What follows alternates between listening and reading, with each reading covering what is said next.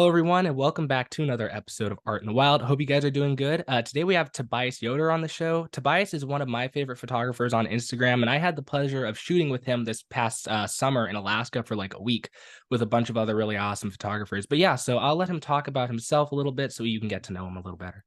Well, thanks for that introduction there, Martin. Yeah, it's good to chat with you again. It's been a while since I've actually talked to you over, through voice. Last time I Yeah. think was in person in Alaska, but yeah, I've been doing bird and nature photography for something like I think I'm working on my ninth year here. So Wow. it's kind of funny that I compared to some photographers, it hasn't that's not that much time because there's a lot of people who started when they were younger and now have Mm. photographing for 20 or 30 years. But when it comes to wildlife and particularly bird photography, it seems like it's kind of gotten more popular recently. So I kind of feel like I've been doing it a while, even though, Yeah. in the grand scheme of things, it's not that long. But yeah, so pretty much I got into it when I was like 15, and then I'm now 22, and that or no, I got into it when I was 14, and then now I'm 22, and pretty much that whole time I've been passionate about photographing birds and nature, but it's definitely taken a lot of interesting turns along the way. Hmm. That's awesome. Yeah, you've got me beat by 1 year. I think I'm working Okay. on my eighth right now. But Okay. like It's good. when you started out, also actually no, going back to what you were saying a second ago, it does seem like the pandemic specifically really caused it to blow up. Because as you were saying, like there's people who have been doing it for like 30 years, but I feel like I've been doing it forever because a bunch of the people I know have been doing it for like 2 years, or three or something like that. But like when you were starting out photography, what was the kind of first encounter with a wild animal that caused you to get into the world of wildlife photography and kind of the natural world in general? Because I know like a lot of people have a specific instance, but some people have more of kind of a gradual thing like I did. So how did that really play out for you? Yeah. So for me, it was pretty like I can pretty much mark the day when it Oh, started. really? Yeah, and it wasn't even any particular special thing that I found. It was more, but I'll just kind of give the explain what happened. Basically, my family had was on a camping trip to Big Bend National Park, Hmm. and when we were out there, my dad had like an entry level DSLR camera, and I noticed we had different rabbits around our campsite, and I just thought that was neat. Hmm. I wasn't like a real wildlife enthusiast, but I liked nature and animals, and so I pretty much was like, I just wanted to do something with these rabbits, and the only thing I could think of would be to take pictures of them, and I just enjoyed just trying to find different wildlife and just taking pictures, trying to capture what I'm seeing. And so then when I came back to where I grew up in Central Texas, it was like, all right, what do we got around here? Yeah, And yeah. the answer most often was birds. There's Mhm. deer, but primarily it was birds. And then it was me, and then I got me and my cousin. We both got into it, and we're kind of just like together, just running around finding whatever birds we could find. We didn't even know what they were called. Yeah. And then one thing led to another, and eventually I got more interested in trying to photograph these birds properly. It still wasn't really a creative thing. It was just like I want to get a picture that captures what I'm seeing better. But then Mhm. that, of course, over time led to being more of a creative thing. Once you have these instances where you take a photo and you're like, "Ooh, this one's kind of got some pizzazz to it." It's not Yeah. That's a great like way to describe it, pizzazz. yeah. And the thing is, at the time, that's all I was really thinking about was like Mhm. that one just looks kind of special. I kind of like that one. And then you slowly pick up on like what it is that made you feel like that, and then you kind of start to go after that and think about things a little bit more from an artistic perspective. And then yeah, and then it was just a series of like continually um, starting some new style, getting really into it, and then eventually like, all right, moving on to the next thing and the next thing, Yeah. and just kind of trying out all the different areas of photography. Awesome. So you have like a really unique style that's like someone would consider like small in frame or environmental, including the environment. How did that style kind of evolve from your starting point of photographing those rabbits? That's a great question. Yeah, so I'd say early on in my photography and having talked to other bird photographers, it seems like a similar thing has happened where when you start out, it's hard to get clean photos, and kind of the enemy is all the busyness, all the Yeah. distraction, right? You Yeah. take a photo of a bird, and you're kind of two challenges when most people when they first start bird photography is how do I get close enough and how do I get it clean, Hmm. not having a bunch of distractions Stuff everywhere. in the way and sticks and Stuff in the twigs. way Yeah. or in the background, having busy, things like that. And as I slowly got better at getting clean photos, it was kind of like that was where my head was at. Was like, the more I can remove, the better, right? Yeah, The yeah. cleaner I can get. And then once I kind of like was getting clean photos of like bird on a stick with a nice, green Nice background or clean whatever was background. back Yeah. there, then it was like, all right, well, what can I do from here? And I got really into low key images with a black background, Hmm. or high key images where the background is white. Yeah. And both of those I liked because it was like this felt like it was something kind of new and exciting for me, but it was still like quite clean and Clean. minimal. Yeah. Yeah, and then I went through a big silhouette phase where I was like just loving silhouettes. I thought it was just kind of the most uh, artistic way to shoot, I guess. Hmm. And looking back, while I don't at all regret my time doing that, I do think that I was a little bit maybe, I don't know if overzealous is the word on my Yeah. my Yeah. silhouettes, but I was just kind of having fun. And then eventually, I just like was slowly realizing that when I was constantly removing everything from photos, that was kind of taking away parts of the scene that made it unique to where I was and kind of unique to me. Hmm. There's a thing that happens where when you constantly remove everything, then regardless of where you took the photo, they kind of end up looking somewhat Looking similar. the same exact. Yeah, Yeah. like if you imagine you're photographing a barred owl, there's if you take a headshot of the owl, Hmm. um, you can kind of take a headshot of the owl no matter where the owl is, whether you're in over by Texas a or like, creek or up yeah. somewhere else, or whether, yeah. And so I slowly started kind of trying to add more things back in to my images. And at first that was, not going too crazy with it, just like the bird's still reasonably sized, but now maybe incorporating more birds, maybe incorporating a fish as well, or just some other element in the frame to kind of add something else to it. But then eventually I just kept following that same train of thought and started to Yeah. really enjoy just like having texture in my photos. Mhm. Just not only from a visual perspective, but also just like I like photographing things where in a way that where I feel like it really kind of captures the whole essence of the scene and experience Mhm. rather than just being more of a kind of a visual thing. I Yeah. don't think there's anything at all wrong with looking at photography from like you're just trying to create some more of in an abstract or graphic sense. You're trying to create a visually nice image. Mhm. But for me, what I realized was that why I got into photography, what I liked about it so much was the ability to capture what it is that I'm uh, these Seeing. things, these places that I'm seeing, right? And so I realized that my style of kind of going a little bit more abstract, a little bit more minimal, was kind of actually moving away from why I personally, love Mhm. photography. And so then Yeah. it just became fun to kind of try to incorporate a lot of the surrounding landscapes because it felt like to me that captured what I'm interested in the better. Looking at how you improved, were you taking not advice, but were you getting inspiration from other photographers, or was it just like a completely like what you liked seeing? Like, how did that work? Oh yeah, I'm glad you brought that up because yeah, getting inspiration from other photographers was a huge piece of Mhm. my progression as a photographer. Seeing the work from other photographers kind of like really just lets me realize how much more is possible and how much Yeah. more there is to photograph than that I'm just completely unaware of. Mhm. When it comes to photography, we kind of only we look at the world through our blinders and we only see like what we've kind of had experience with. Yeah. And there's all these other options that like you don't even consider naturally. And then through a lot of trial and error, you can probably figure that stuff out. But seeing other photographers photographing in ways that you've never seen before can help you kind of reverse engineer that. So Yeah. certainly Ray Hennessy was a big inspiration to me, Same here. Yeah. among many other photographers. And then I also have become quite inspired by landscape photographers. That's been the case for a long time. And for a while, I saw the landscape and wildlife photography as being like just disjoint things, but Mhm. then I realized that they don't really have to be. They can kind of go together. Now, Yeah. some people probably will look at my work and call it landscape photography, and I don't really mind too much, regardless of how Yeah. you label it. But there's definitely been, uh, yeah, a lot of influence from other photographers, and I kind of think that even if you are being influenced by a lot of photographers, every photographer is going to see the world a little bit different just based off of their Yeah. past experiences and the kind of work that they connect with from other photographers. That even if you are, drawing a lot of inspiration from other photographers, just the mixture of all the different inspirations you have is going to like make what you're doing, unique anyway. Yeah. No, I got you. Yeah. Yeah. The I'm glad you brought up landscape photographers because I was actually going to ask a similar question, but I kind of left it out of the questions I sent to you earlier, about if you had taken inspiration from kind of other fields of photography, but also like other fields of art too, like painting or anything. Have you taken any inspiration from that?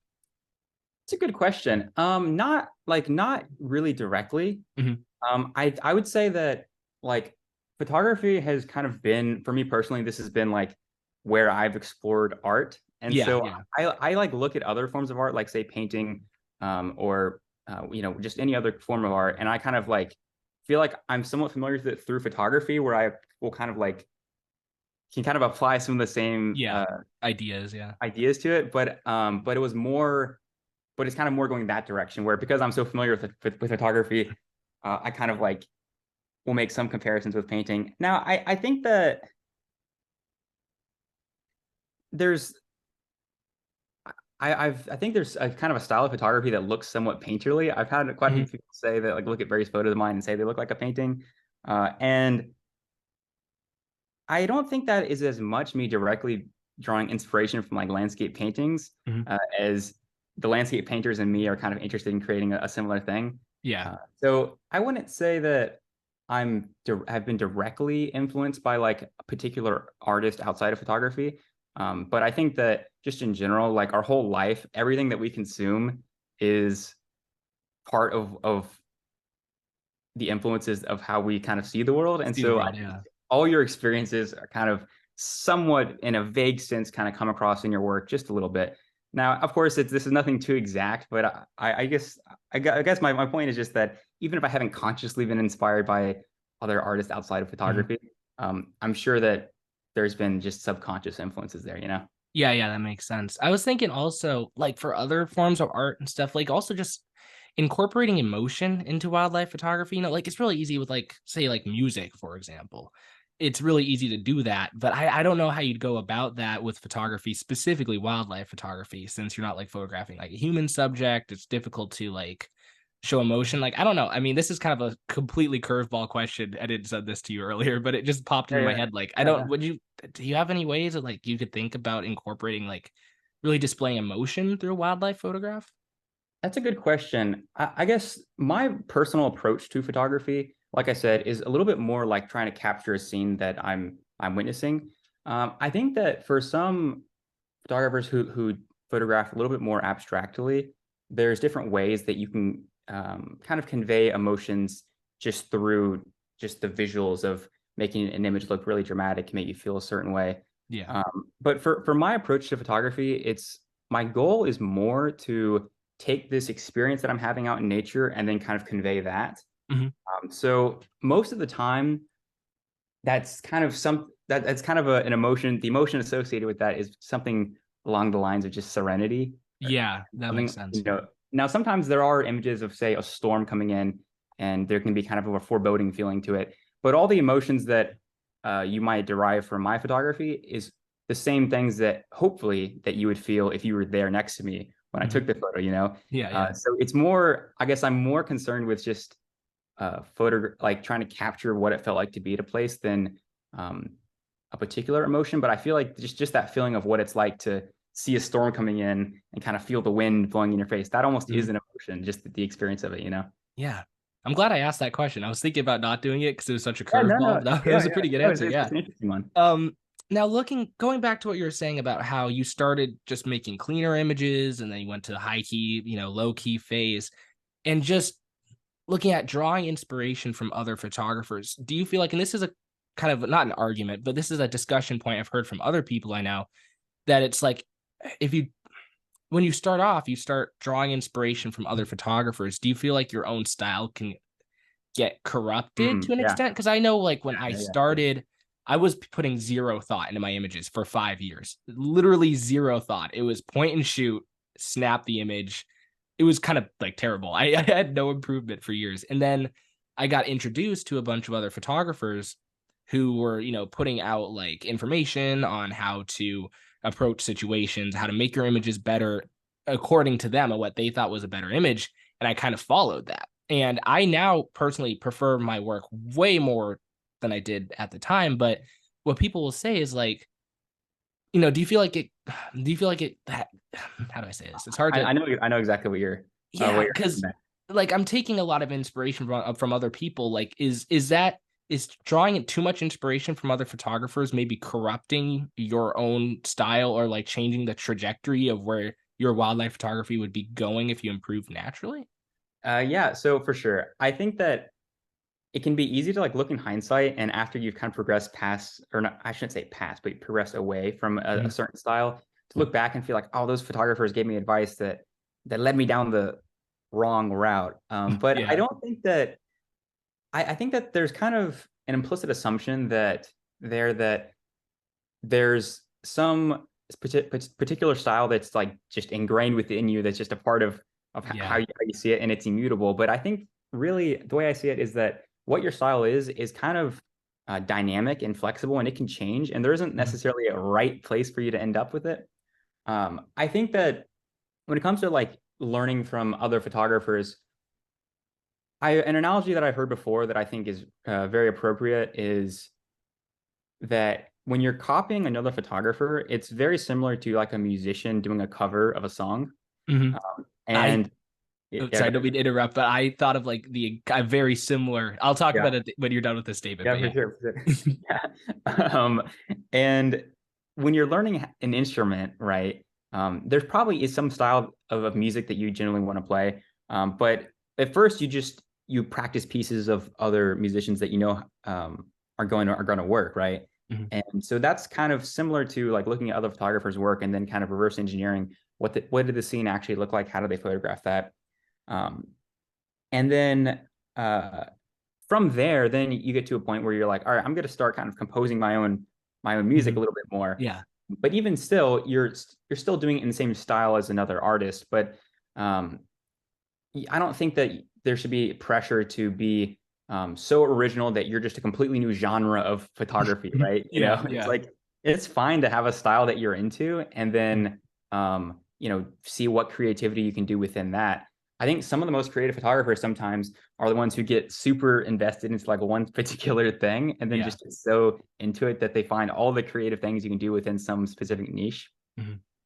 But yeah, and I like for me, I think, and when I look at my progressions as a photographer, that was actually really important for me was to get tunnel visioned on certain areas and then Yeah. kind of figure out how they work. Because early on, I didn't know like what I was looking at. It was just too much. And so I needed kind of piece by piece to focus on one thing at a time. And then as my kind of toolbox of skills built up over time, then I can start to see things a little bit more broadly. And I look at like my current style and early on, I guess I'll say this. Early on, when I was progressing, it felt like I was clearly like um it felt like there was a clear place I wanted to go. You know, like Mhm. this is what a photo that I want to take is. This is what's good. Yeah. Uh, and then that the goalposts keep moving. You know, depending Mhm. on what I'm into. And I don't think there's anything wrong with that. I just enjoy the evolution of it.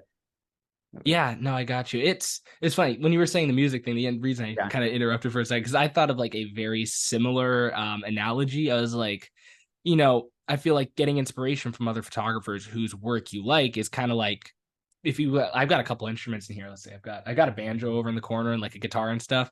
Yeah. But if I picked up one of those instruments when I first started learning, I wouldn't just start playing it without looking up how to play it. I wouldn't just start kind of mashing down random strings on random frets and trying to make it sound good. I would, research and look up how to like learning certain songs I like, as you were saying. I think that's kind of an intrinsic part of that. It's hard to like define how much inspiration you should take from other photographers. It's tough. Yeah. So like when I was looking at my own improvement, I kind of had a similar system that happened. It was I started out kind of getting into, and I guess this is going to go into the next topic I wanted to cover. I was thinking about doing a full podcast episode on this at one point, but because it's a topic I'm really what? Yeah. Go ahead. Go ahead. Oh, sorry. Yeah, it's a topic that I'm really passionate about, but this episode might fully take care of it. But like when I was getting into wildlife photography and like not getting into it, but like started to get into improving my work, it was like I had this was you're saying this was an image I wanted to take. I had the goalpost. I was like, okay, I want to start getting clean shots of warblers, and then in a year or maybe something like that, I will maybe get a wide angle of a warbler. And as those those things kind of progressed, but I was viewing it as I started viewing wildlife photography as something you could, or just art in general or photography as something you could get like objectively better at, kind of like sports, like with motivation, like if you want to play football or become the best wrestler or best tennis player or whatever, there's that motivation there if you can become objectively the best of that game within the rules of the game. So when I was getting better at wildlife photography, I got really kind of motivated because I was like, oh, I'm becoming a better photographer. But about a year and a half ago, I was thinking about it for a while, and I came to the realization, a very controversial realization among my friends. I've debated this with them like a multitude of times, but I guess the original, I guess the kind of philosophy I've ended up on is that images and art, I would say art in general, but that might make some other artists from different mediums mad. So I'll just stick with wildlife photography. But wildlife photographs in a general sense, like you can't have a photo I would argue you can't have a photo that's objectively better or worse than another photo, because any kind of way you use to justify that is kind of, I would think, flawed. You could say, like, some people say, well, what most people like. I mean, that's a logical fallacy, but also I think a lot of skilled photographers would agree that what most people like is maybe not the best basis for what's a good photo or a bad photo. Yeah. And then, but you could say, oh, well, the professional photographers or the people who spent the most time perfecting their art, but those people are also going to completely disagree on what makes a good or bad photo. So kind of the end thing I've ended up on is I don't think it's possible to have an image that's objectively better than another image in a general sense. I think if you have a logical rule set that you apply to that and say, oh, I like images that include more environment. So then let's say you have an image of an American redstart that's a wide angle with the whole forest and then a tight portrait of an American redstart. The wide angle with the environment is going to be objectively better than the portrait if you're saying the standard is images that show more environment. But the problem is if somebody else comes along saying, oh, I like images that show more detail that you can't see with the human eye, now the portrait's better. And I don't really see any way to say an image is objectively better in a kind of general sense. How do you feel about that? Yeah, for sure. It's kind of a classic question, I feel like. Mm-hmm. Now this gets very philosophical very fast. Yep, yep, yep. And the way I see it is like, okay, you can try to puzzle out, the ontology of like what makes an objectively good photo. Mm-hmm.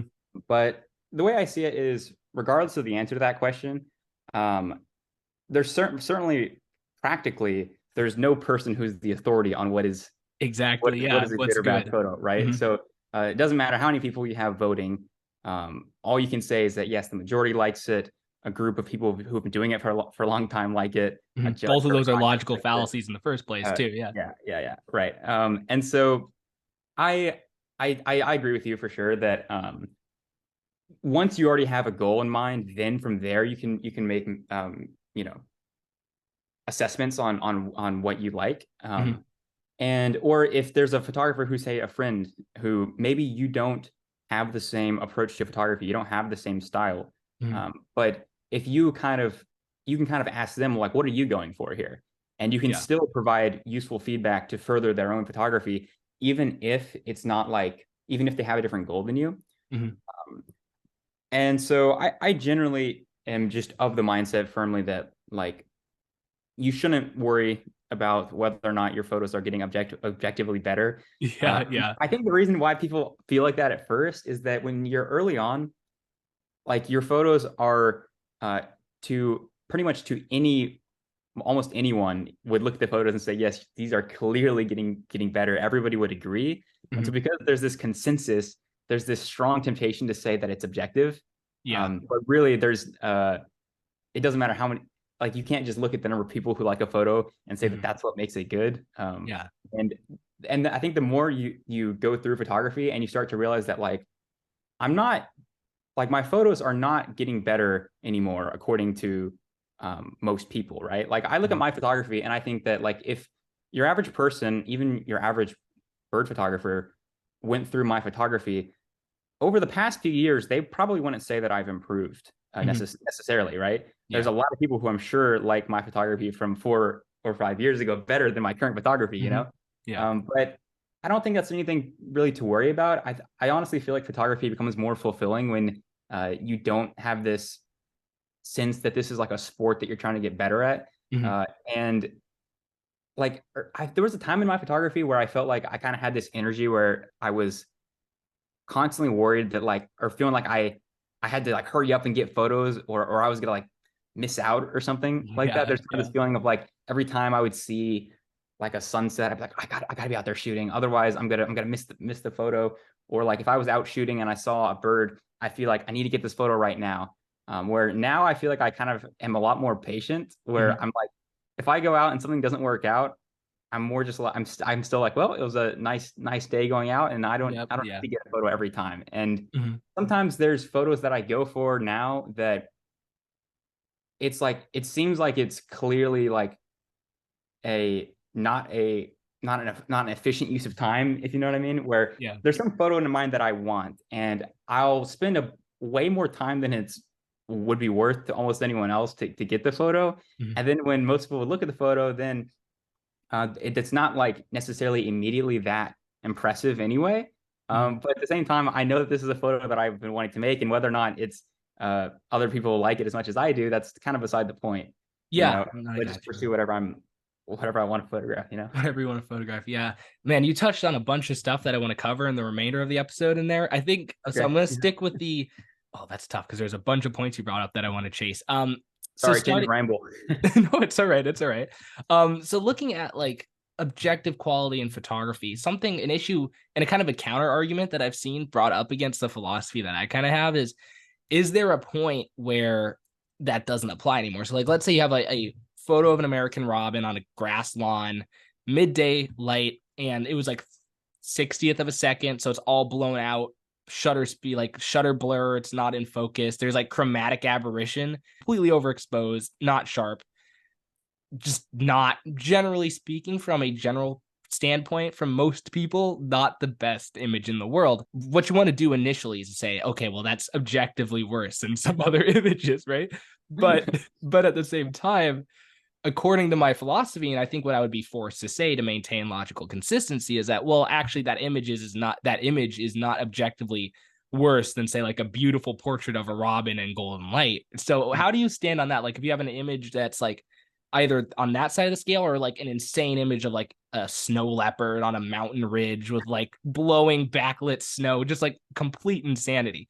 Is there the extremes on the scale? Do those still abide by the same rules, or are there exceptions in certain points? Like, yeah. Yeah, I also same as you. I would just bite the bullet on that reductio that yes, Yeah. yes, you can't say that one's objectively better than the other. What I will say to that is there are some uh, like comparisons between photos, like the one you mentioned of the robin, where everybody kind of subjectively agrees. Mhm. And so, for practical purposes, it's as if it's objectively better, even if philosophically you can't actually, maintain that. Yeah. Yeah. But then as you kind of like get to photos that are just very different, Mhm. then that's where our kind of subjective viewpoints on it tend to diverge somewhat. Yeah. um, but really, I know it seems alarming to suggest, like I know for a lot of photographers to suggest that their photos have not gotten objectively better. Mhm. um, but it's like you just don't worry about it too much. And Yeah. like for practical purposes, if you just like um, just worry about like what is your perception of how much you like your photography, Mhm. then we don't really have too much of an issue. Oh, there's one thing I was going to mention. Oh yeah, going just jumping back a little bit, but it's kind of related. Mhm. When we were talking about how much you should be inspired by other photographers, Yeah. I think um, there is like you were kind of mentioning that like that could potentially be a negative thing sometimes if you feel like it's Mhm. stifling your creativity, or kind of taking over your style or something along those lines. And I kind of think that like it's only an issue insofar as it like prevents you from being like more fulfilled with your photography long term. And I think you Mhm. can certainly get tunnel vision in a style where you would actually enjoy photography more if you branched out of it potentially. Yeah. So I think, but like, so I don't see any issue with inspiration. And I don't think there should be this feeling that you have to have like a unique style. Um, but there is possibility that if you get too much stuck in following exactly what another photographer does, that Yeah. might actually prevent you from taking photos that you might feel more fulfilled with. But Yeah. Yeah, that's a tough topic. And also, I guess on a similar note and looking at progressing and things like that, something I struggled with when I was progressing, when I came upon this realization of, okay, well, from the philosophical standpoint, all images, I mean, they're just kind of the same. You know, do you, I guess something I've struggled with is it's like, okay, objectively, because I used to be able to be like, my images are really good. They're not the best. There's people way better than me. Like, I don't want to be completely sound like I thought I was the best in the world, but I'm like, I thought my images were pretty good, right? Yeah. And then I had images I thought weren't great and whatever. But then after I came to this realization, I was like, okay, well, this image is from an objective standpoint, using the same philosophy, kind of the same value as an image that I really, really, really, really, really dislike, right? So would you say that all images are worth the same? Or does it, I mean, yeah, I Mhm. hope that makes sense because it's kind of tough. Right, right. I know what you're saying.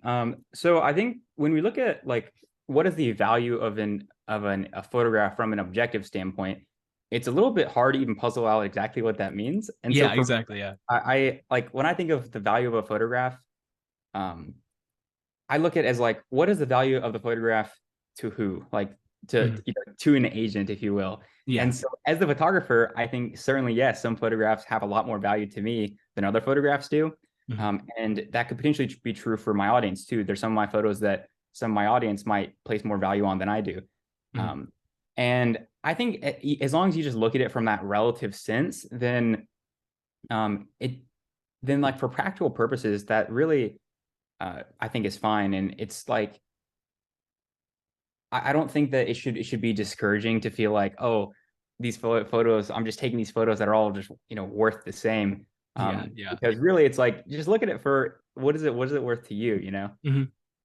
Yeah, that's kind of the thing I've fallen into a bit, and I think I should take some lessons from you to your mindset because it's tough, because I used to spend. I mean, I still love photography. It's my favorite thing.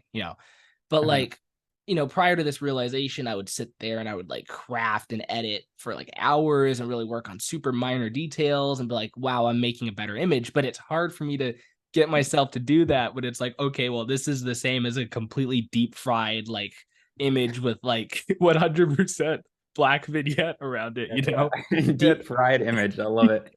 yeah, I mean it's just tough because it's tough like getting back into the swing of putting all that effort specifically on the post processing side because I love the in-field element of it. Yeah. But like putting all that effort into crafting the image and then the excitement behind sharing the image kind of gets for me, and I think it's just a flawed mindset that I need to work on. But it's kind of tough when it's like, okay, well, this image is the same value as an image that I might just completely despise. You know what I'm saying? Does that make sense? Yeah, yeah. I know you mean. Yeah, I think I've kind of experienced something similar, but not really for the reason of um feeling like my images aren't objectively better or worse. Yeah. Um, but I do think that for some reason, as I've kind of like become a more seasoned photographer, photography is just like a little bit less like I'm not sure if aggressive is the right word. Mhm. But I felt like I'm just kind of like I am like slower to post process things than I used to be. Like I used to be more Yeah. like I take a photo, I'm gonna like process it that same day. Mhm. Like as soon as I get back. Where now I'm a little bit more like just kind of take my time, not really in a rush. Yeah. And so I have noticed that where like I think I probably do spend less time post processing than I used to. Mhm. But yeah, and going back to the thing about like yeah, just I guess I'm trying to think of how to convince you to not feel like not Yeah. worry about that you're not making the image objectively better. Uh, yeah, there's another thing here with like you because you mentioned um, like sharing your work. Yeah. I think that's also part of something that's happened for me is that like with all this subjective stuff, I've kind of gotten to a point where like my style of photography has gotten more and more niche, Mhm. where Yeah. my subjective viewpoints kind of probably don't align with my audiences as much, and I feel like oh they're not really gonna like I don't feel like I can say that.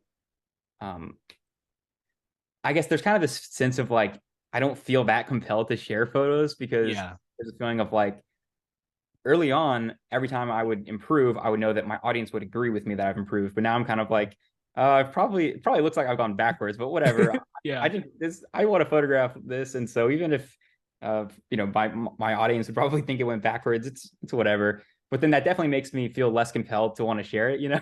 Mhm. Yeah, no, I feel that.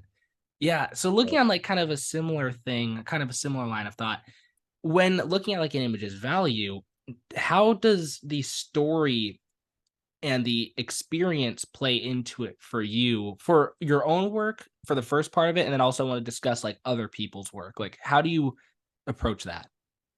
Right. Yeah, good question.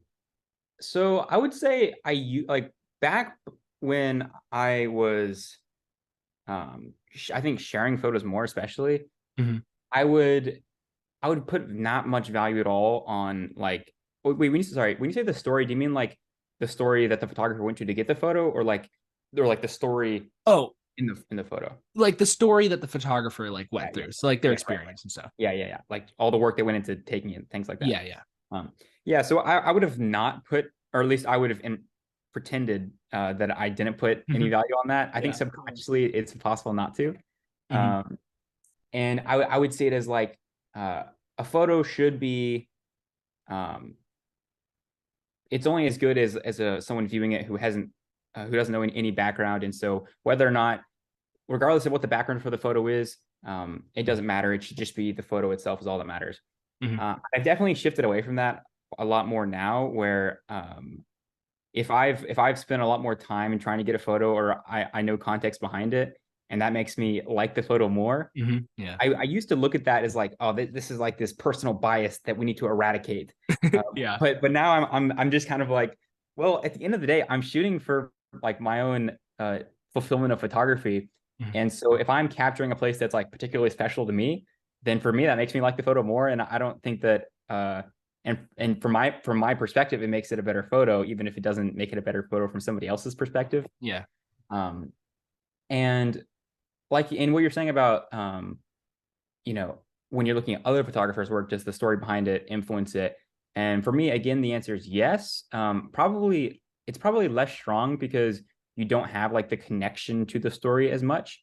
Mhm. But it's just natural that you're going to be more like, wow, if you know there was some impressive story behind it, or Yeah. if you found out that this was a captive animal, Yeah. not a very That's good it. compelling story, or That's interesting. if Yeah. it was pretended that it wasn't, you know. Mhm. Uh, and so it could be tempting to say that the story behind it doesn't matter, but I think when you think through some examples, I think most people would agree it generally does. Mhm. Yeah. Yeah. I agree. I mean, for me, I find how it's weird. I kind of separate. How do I say this? So, like, I have some images where the experience was insane and the photo is pretty decent. So, I may appreciate that image more than another image that I feel is better, but wasn't as cool as an experience. Does that make sense? So, like, I have a Yeah, shot like I have a bobcat like high key portrait. It's like a super basic shot, right? But I was sitting in the snow like 30 feet away from this bobcat in the winter. Like it was a crazy experience. So I really like that.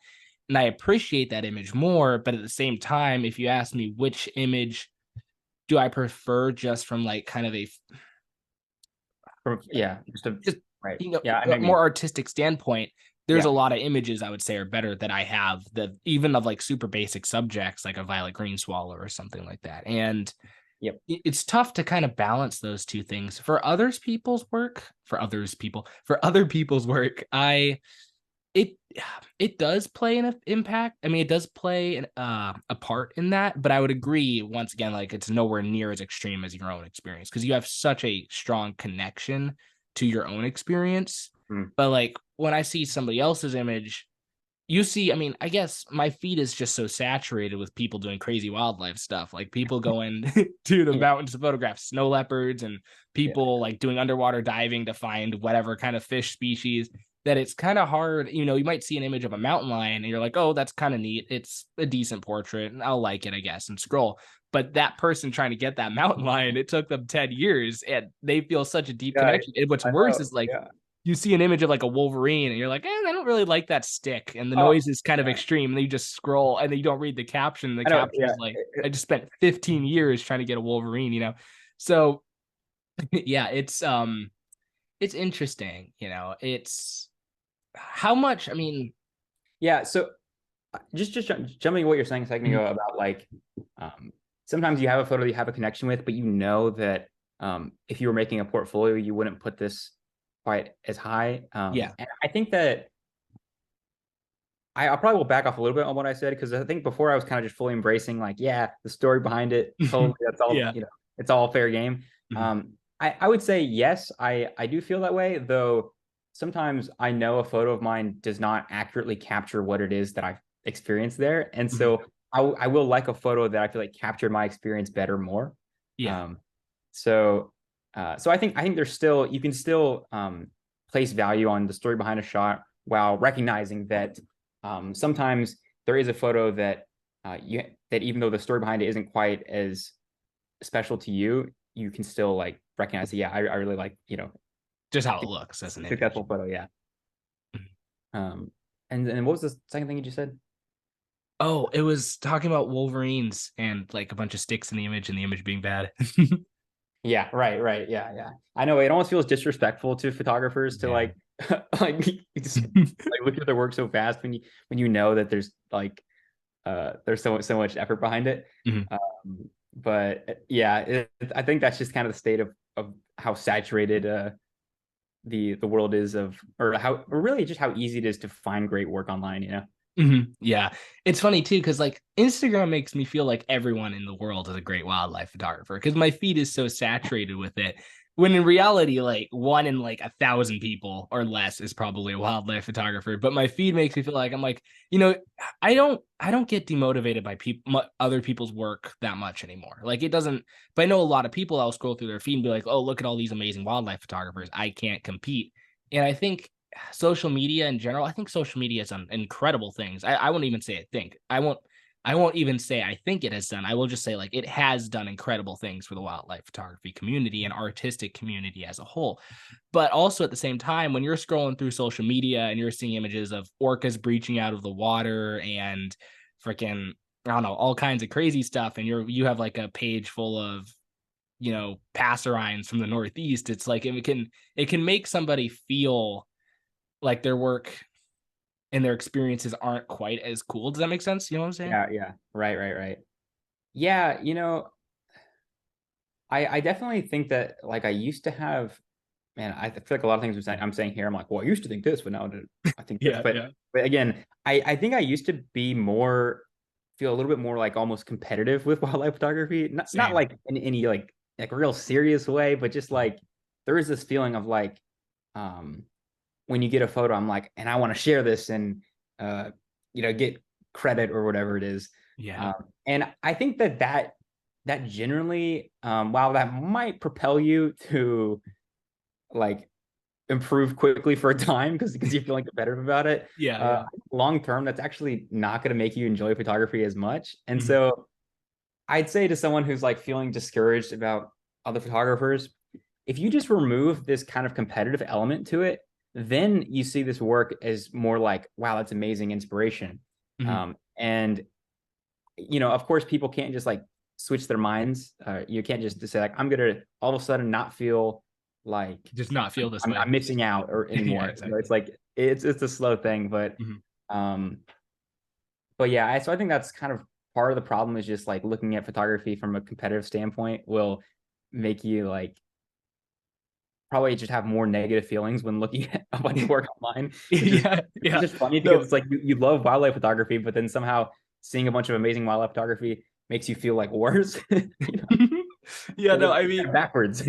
yeah, exactly. I can say this for sure. When I started prior to my realization that all images are objectively the same value, I was very competitive in wildlife photography, like extremely. I would be like, I'm gonna share this and it's gonna be great, and this image is better than so and so's version of this image, and it's all kinds of crazy stuff that was just illogical.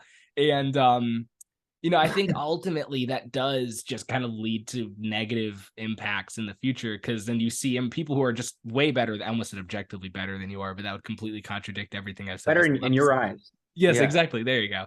But like yeah. these people are just completely better than you are, and then you get demotivated because you're like, oh, I'm not that good.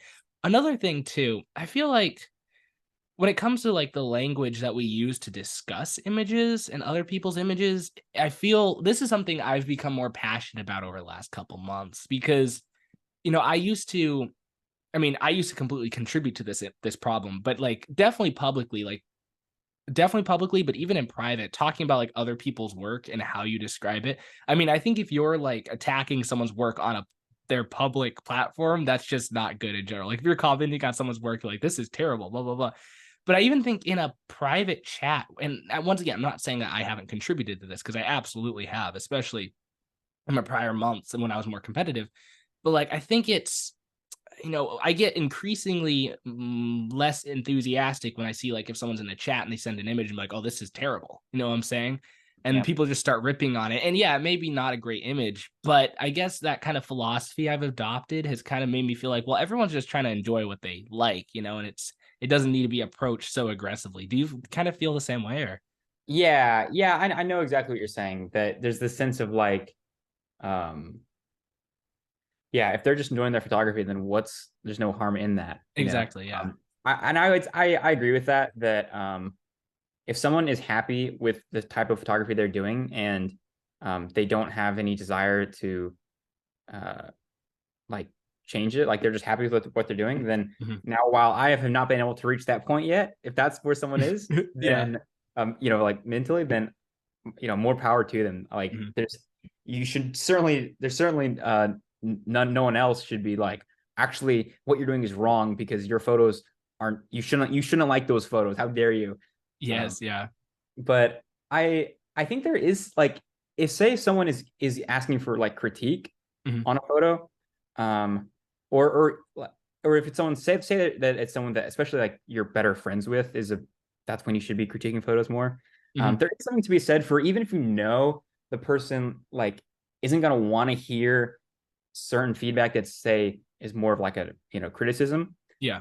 then they may actually, like looking back on that in hindsight, be glad that you pointed that out. Mhm. And I know I've actually had that where there's certain times where there's a photo that I'm excited about, and then I've gotten some negative reaction to it, and at first I feel like, oh, that's just being like rude, pointlessly, Yeah. um, because I'm excited about the photo, and they can't say that it's objectively better or worse anyway.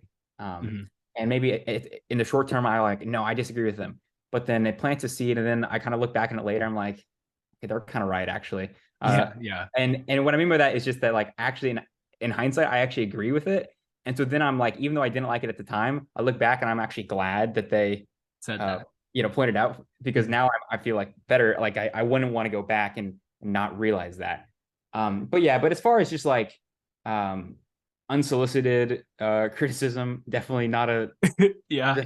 not a good thing to be doing. No, I agree 100%. Yeah.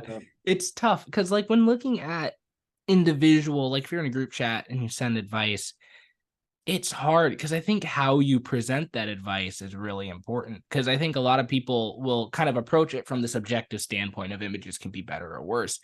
And they'll be like, oh, well, this is terrible. This sucks. This part of the image is horrendous. What were you thinking? Yada, yada, yada. And I think if you present it like really harsh like that, it can cause somebody to dig their heels in. I think it's really strong. Yeah. I mean, I did that in the past, before. There was a couple like group chats in the past where like I'm glad I got the feedback. It was really good feedback, but the way it was presented was horrible. It was Yeah. like I won't get into the specifics, but it was like very harsh criticism, you know. And I think ultimately that might slow down somebody's progress. I Mhm. think presenting it as more of, but not going too soft. I think if we more just adopt this idea that photographs aren't objectively better or worse, we can just approve criticism from a point of, hey, this is what looks better to me. I think you should do X, Y, and Z. But if you're trying to achieve whatever, then I think this is what you could do to fix that. I think that would make receiving criticism a lot less impactful because, like, when you receive criticism that you disagree with, you have all that emotion from the image and the experience. You're like, wow, I got this image. What do you guys think of it? And they're just like, I don't really like this about it. And like, I think this sucks. And then you just get like so offended. You know what I'm saying? So Yeah. I think just how, if we more approached it from a perspective of being like, hey, these images aren't objectively better or worse, and everyone kind of went into that situation knowing it, it makes getting feedback easier to receive. Does that make sense? For sure. Yeah, that's how I tend to try to approach critique is like I'm like, hey, use the appropriate qualifiers for like, I think that if you want this, you could try this Yeah. and if you like that. Or sometimes I'll like do a quick like some quick edit adjustments and say like this is kind of what I'm thinking. If you like the way this looks, then Mhm. use it. If not, you know, Yeah. it's Yeah. hard to you to do whatever it is you want. I will say that like I think that how you go about critiquing, and it kind of just depends on a lot on who it is that you're discussing with. Like I Mhm. know for me, there's certain times where I feel uh like if I'm critiquing or if I'm getting critique from people who I know are just like really positive, Yeah. then I just have to like adjust my perception of like, okay, if they don't say if they're like not incredibly positive, then I know that they must not like it. Yep. And it's Exactly. like, Yeah. yeah. And so for me, like if I'm with certain people, I kind of like, of course, it doesn't feel good in the Mhm. short term, but I like just getting an honest perspective on what someone thinks of my photo, right? Yeah. And that can be done while still acknowledging that, like, I'm not saying that you're just wrong here, Mhm. but I'm going to tell you my opinion, and I'm going to just say what it is. Yeah. So Exactly. Yeah. I do think that, like, I mean, again, this is better done with people that you're, more well acquainted with. Yeah. But I tend to be in favor of people just like being a bit more open about it. I mean, but of course, just within reason. You like never be more rude than you need to be or anything like that. But Exactly. just Yeah. like, but there's certain times where there's been environments where it just feels like there's a photo that someone wants critique on, and the environment is like nobody wants to be negative at all, and so Mhm. then they end up not getting the critique that would have And been nobody gives valuable to them. advice at all, right? Yeah, right. And Yeah. it's like, look, this person for their own interest they want a critique. And if people don't actually provide it, then that's like at their own expense. So people are trying to be nice, but in a weird way, it's kind of like not giving them the critique that they actually would feel Would happy in like. hindsight. It's tough. Yeah, I'm in a couple group chats, and a few of them recently, someone will send an image of like, oh, what are your guys' thoughts on this? And it'll be like seen by like 13 people, and no one will say anything. And what you're saying too about like going into the situation, knowing what that person thinks, like maybe, well, how that person kind of describes their feedback. Because if they're overly positive, even if there's like an English, you're saying like just an inkling of then there's something wrong with it, right? Yeah, And right. then um but also if like they're an overly harsh person, it's kind of like you could know like, okay, and I don't mean honest, I mean like harsh, like a little extreme with it. You can be Mm-hmm. like kind of run it through the same filter, but the opposite, and be like, okay, well, maybe this isn't fully True. accurate. I think it's important when you're looking for feedback to go specifically to someone whose work you really want to you're Mm-hmm. taking inspiration from, or whose image, like this specific image, is similar to their style. Because I think that's important. If I have an artistic image that doesn't have the best technical quality, that's kind of like a silhouette during blue hour, let's say, or something like that, and I give it to like someone I know who's like shoots birds in action at like Yeah. midday light, that feedback is not going to be useful to what I'm going after. Does that make sense? So I think Right. Yeah. You're not getting feedback in the areas that you want feedback on. Right. exactly. Yeah. So I think kind of targeting who you're asking is important. And I guess that's what makes those group chat or like just group advice, gathering advice from a group difficult, because you can put a image into, like, if you're whether in a Facebook group or an Instagram group chat or something, you put an image in there and you'll get like three completely different thoughts on the image. Some person might be like, this is fantastic. I like this, and that. Someone else might be like, this is absolutely horrendous. I don't like this, or that. And it's just the opposite opinion of the previous person. So I think really targeting your advice is really important. Oh, we're almost up on an hour. Holy crap. These go fast, dude. Man. Okay, I'm gonna ask one Yeah. more question. All right. Before we wrap this up. But if you had to give three pieces of advice to someone looking to start improving their wildlife photography, like they're starting off from like a identification harsh light phase with tons of sticks, Mm-hmm. and you want to give them advice to start progressing in the most effective way possible, what would that advice be in like three kind of steps? I don't know if I can do this in cleanly in 3 steps. It's okay. It doesn't Yeah. actually have to. Okay. Well, the first one just has to be experiment and shoot a lot, Mhm. like, and really experiment, right? Yeah. And so that's a point, but I am going to expand on it. Mhm. Um, Okay.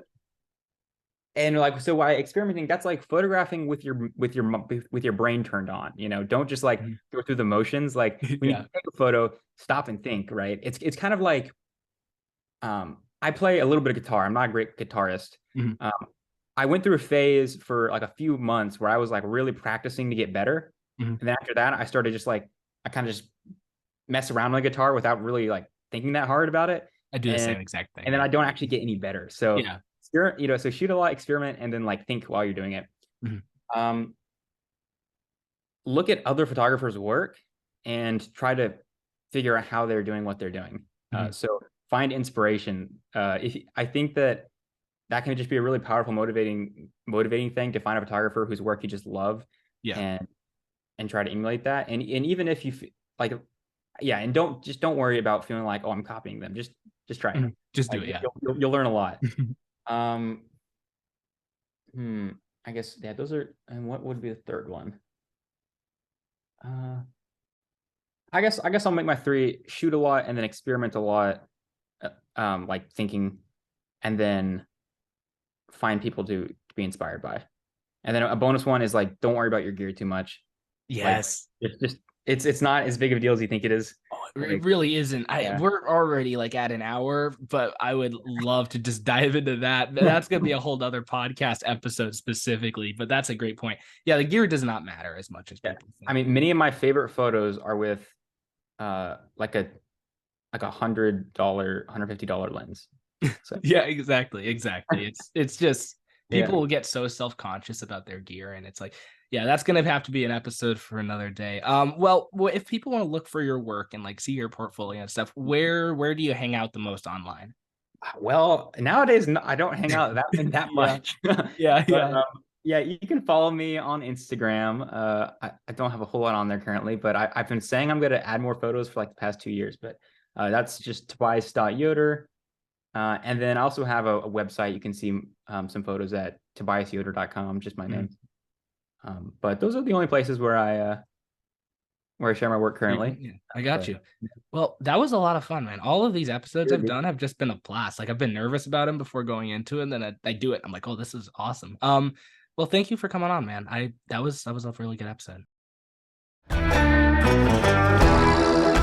Hey everyone, and thank you for tuning into this episode of Art in the Wild. I hope you liked it. I had a lot of fun recording that episode. Definitely make sure to go check out Tobias's work, check out his website, make sure to follow his Instagram, things like that. But yeah, I thought that had a lot of really fun, important topics in there. But as always, keep going out and keep shooting, and I will see you on the next episode.